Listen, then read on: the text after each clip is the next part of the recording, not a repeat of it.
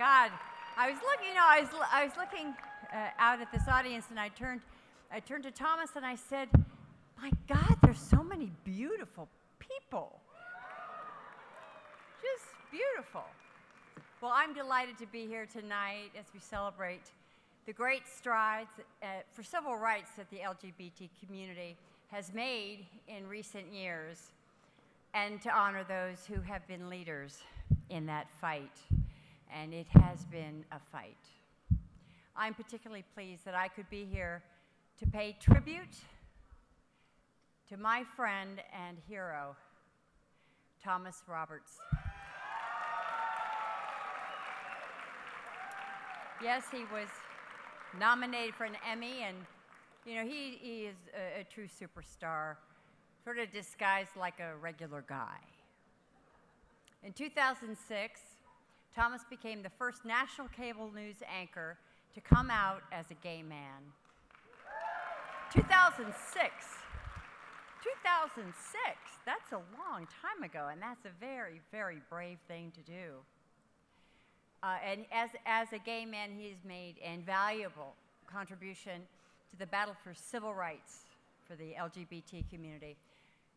After all these years, I am still remembered for my role as the fabulous, fabulous, fabulous Wonder Woman. But in my eyes, Thomas Roberts really could be Superman. He even looks like Clark Kent. Check it out.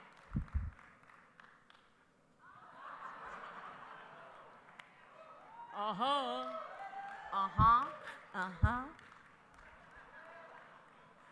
Yeah, wouldn't we make the perfect hate crime fighting duo, fighting for justice across America, you and me, Thomas, baby. Throughout his career, he has been an uncompromising voice for acceptance, pure and simple, using his platforms on MSNBC and Today to bring attention to LGBT stories that would otherwise be overlooked or ignored. He shines a light on issues like bullying and discrimination while providing an outlet for LGBT athletes and advocates to share their stories. I know from many conversations that Thomas is deeply touched to be honored by GLAAD, an organization whose mission is so in line with his own values and goals. GLAAD's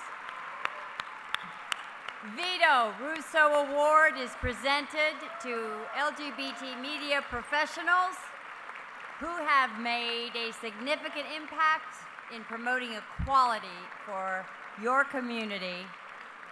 And tonight, I am so, so, so proud, so touched to present this honor to my wonderful and dear friend, and he is not a regular guy, my dear friend Thomas Roberts.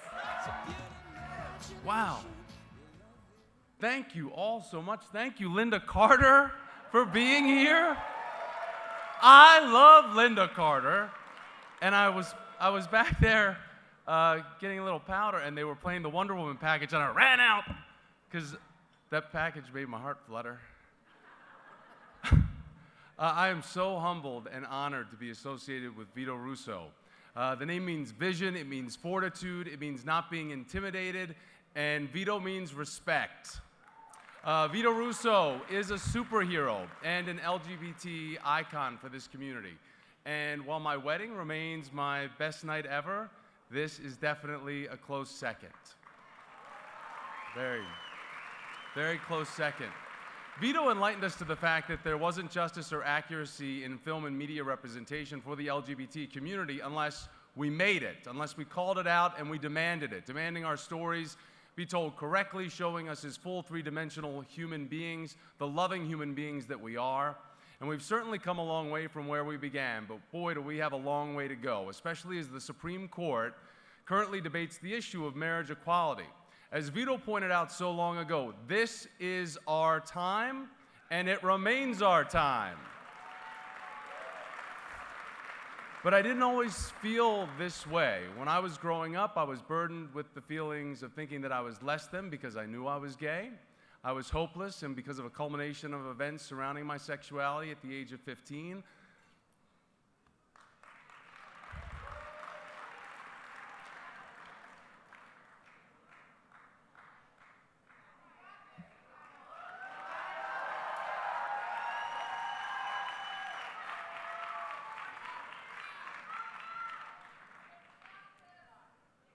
I attempted to take my own life.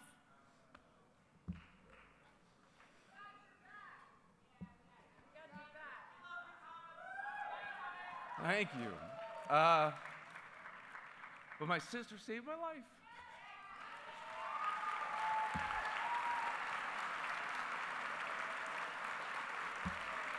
So, as a kid and a young man, the words gay, sissy, faggot, or queer, it cut me to the bone because I was all of those things and none of those things, as the way society had become to think of them in such a negative way. Because of the way film, media, TV shows, public figures, and politicians talked about people like me, I knew I had to keep my sexuality a secret to all, even deny it to myself, and as I got older, especially if I wanted to work in TV news. People like me were considered immoral at best, a joke, and the option of being out meant outcast. Or that's really, sadly, the way my mind worked then, all right? Because it was only a dream that I could have a successful and healthy personal life and successful and healthy professional life and have them live and exist all in one space. And that dream started to come together when I stopped being afraid and faking it. Deep-seated frustration converted itself into extreme pride when I fell in love with my husband, Patrick. In 2000, Patrick changed my life. He gave me joy, a real future, and I'd be lost without him. I learned with him and the support of my entire family that I had the courage, and I started looking around inside the media, and I thought stereotypes should and can be broken. As GLAAD teaches us all, words and images matter. Trailblazer and friend of Vito, Lily Tomlin, once said, quote, "Somebody should do something about that." And then I realized I'm somebody, end quote. So in 2006, in an attempt to do away with stigma and shame, I wanted to be proudly integrated as the first out cable news guy, you know? Why not? It was liberating and it was frightening as hell. And everyone at work knew, so why couldn't the people who watched me know?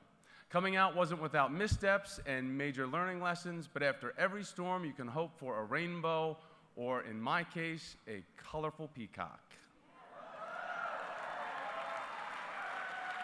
So I thank my MSNBC and NBC family for encouraging me to be the best me, giving me a place to be a broadcaster and journalist covering LGBT issues with vigor, passion, and respect for all views. And GLAAD, you're the big brother and big sister that we all need.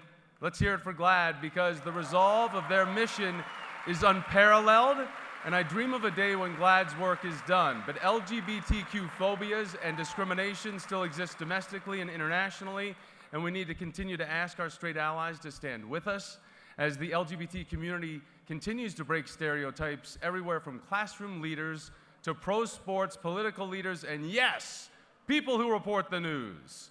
And that is why coming out is so empowering, and for those of us with the privilege to work in media, our viewers and listeners deserve to know who we really are, because there's nothing to be ashamed of when this is your truth.